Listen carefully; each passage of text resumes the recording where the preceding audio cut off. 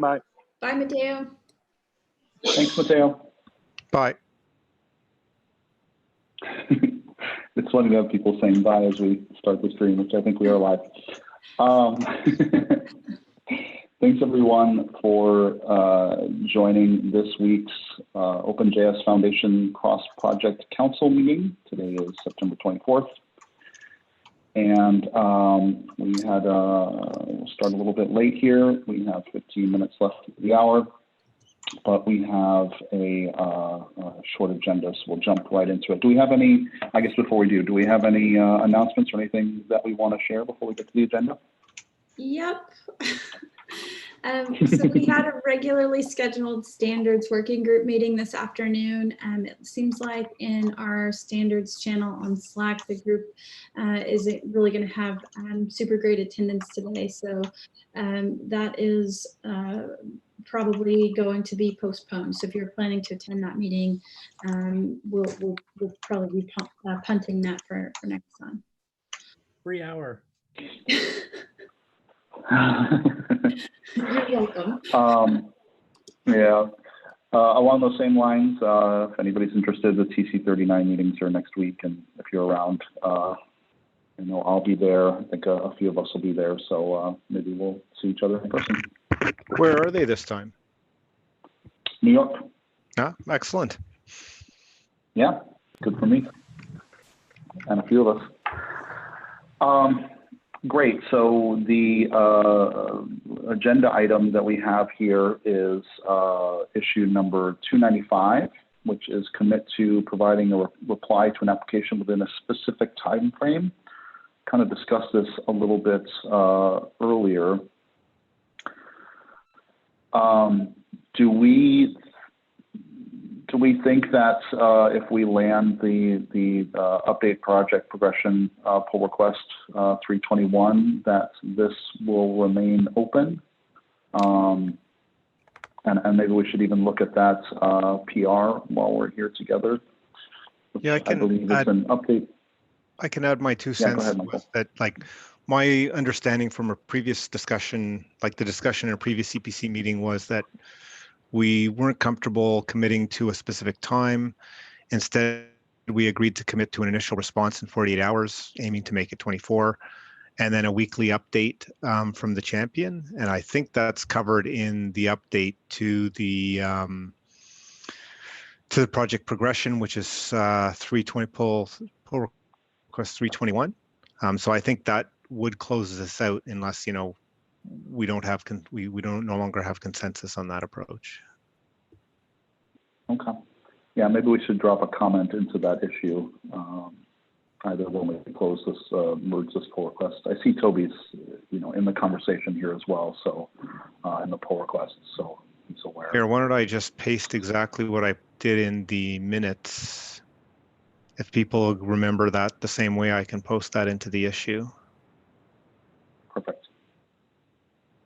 And this being a change to governance, correct me if I'm wrong, but we need to have it open for 2 weeks and or a majority of folks voting. Trying to get to the governance really quickly.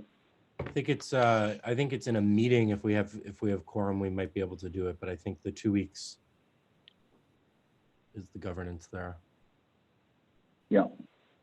Yeah, that one has been open for how long? It has been 12 open days. 12 days, right? And we have, we have 4 approvals. So I think another couple days and we'd be at the 2 weeks. I don't see any objections in terms of the content, I don't think. Yeah, I guess one thing that we can do also, if we want to wait a bit, we have a board meeting on Friday. We could bring this and just present it to the board really quickly and make sure there aren't any red flags. And assuming the board doesn't flag on anything, then we could just land it Friday.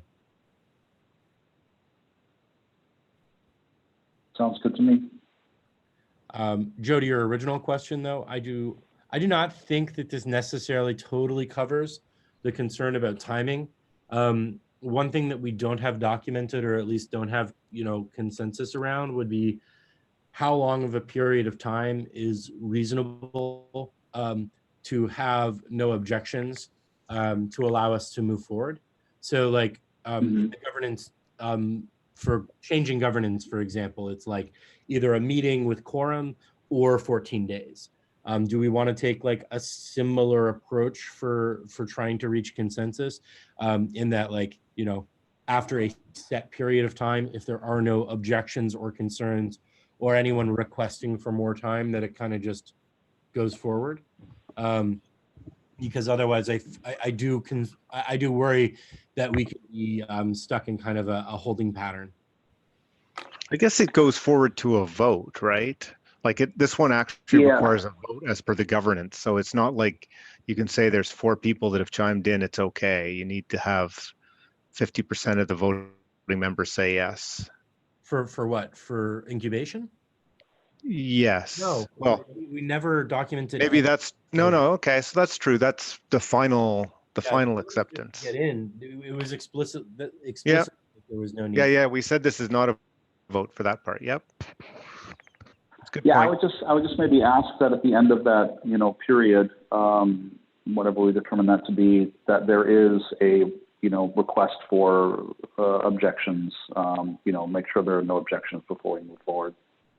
That is actually in the what's written up there in terms of, you know, basically once we think we have consensus, the email goes out that has the application, the fit checklist, and it says, like, you know, any objections or agreement. And if I think at that point, unless there are objections, then it can move forward, right? Yeah, and then maybe that is actually explicitly what we want to have, is like, how long does that explicit objection thread need to be open? But yeah, maybe we can visit this after. Right. Yeah. I mean, it's like, yeah, can you the day after that, or is it like 1 week after it, or how long do people have to respond before that? You know, that makes sense. Because my gut would be that the timer, if we want to have a timer, should start from when the initial application comes in, because that is when, you know, people should be aware of it. Because if we wait n number of days to then have, you know, the fit application come in, and then n number of days after that, I could see this process dragging out quite a bit. But I could see an argument in either direction. I guess it's by the time that email goes out, objections have hopefully all been raised as well. Yeah, that's kind of part of my thinking.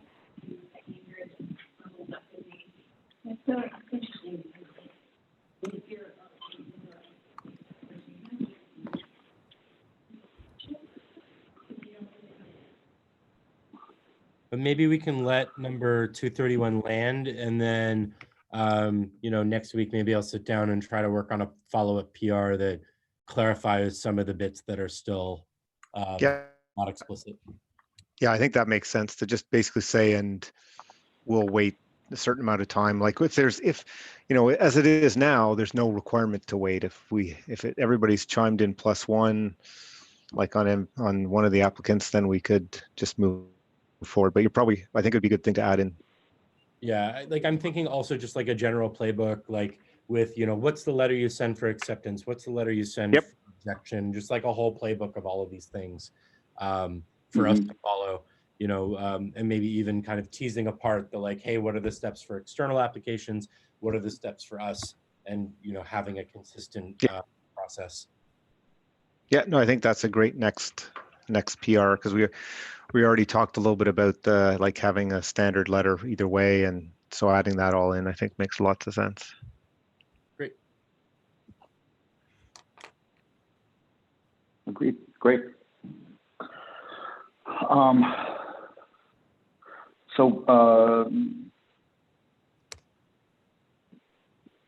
We've got 8 minutes left, and Jory had commented on the agenda about 3 more ticket items, and they're all kind of in this, if I'm not mistaken, all kind of in the project progression vein.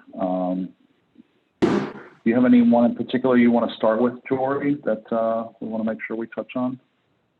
Yeah, I think we can delay number 326, which is the issue about responsible security disclosures.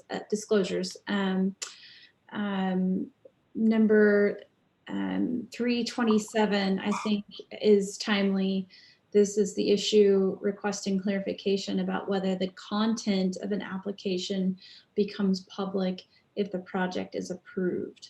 I think there's an implied answer here, but it would be great to make sure that that's explicit.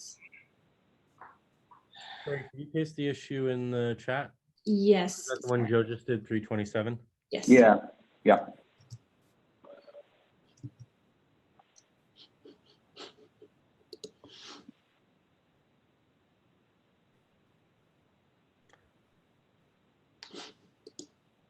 So the comment So are says we in agreement? from the process, Yeah.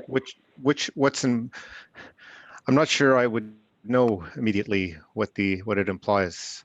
Well, we'll see then. That's why we need clarification. Yeah, exactly, right. So I'm wondering what the thought was. Like, is the thought already that it was implied to be private? I was inferring that it was meant to be private because we never made it clear that it would be public.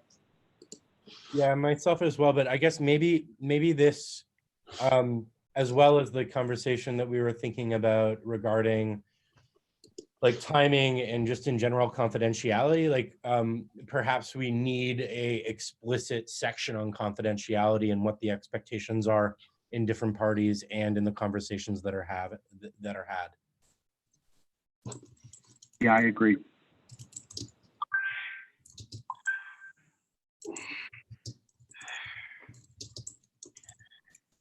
Yeah, I'm personally Okay. fine with the application. Like, I guess this falls into things like I am fine with the application remaining private, but I think that if either party is interested in making it public and both parties consent, there's no reason not to.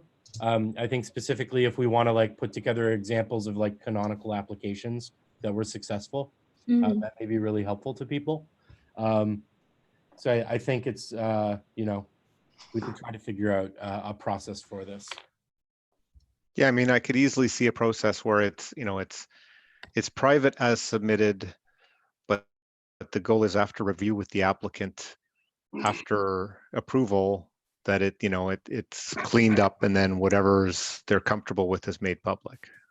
I don't know if I'd go as far as saying a goal. I think Yeah. like I'm thinking kind of like a secure, like I don't think this is necessarily 101, but like for a security vulnerability report, the reporter may not necessarily ask for the report to be made public, and a project may not necessarily be interested in having their application made public. Right. I guess I was just coming from what's the downside of them being public, and there is some upside.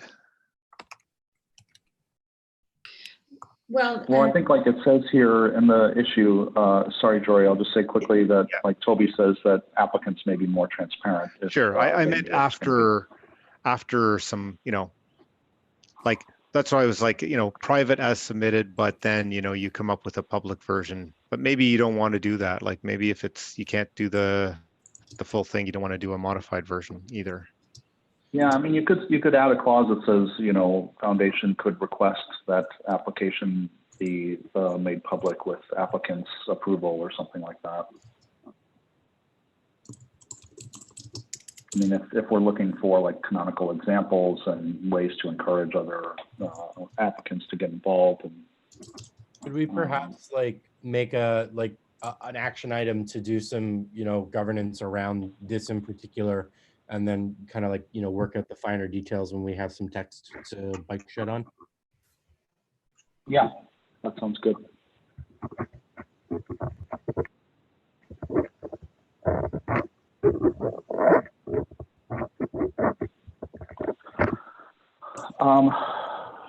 Great. Do we want to touch on that other issue as well?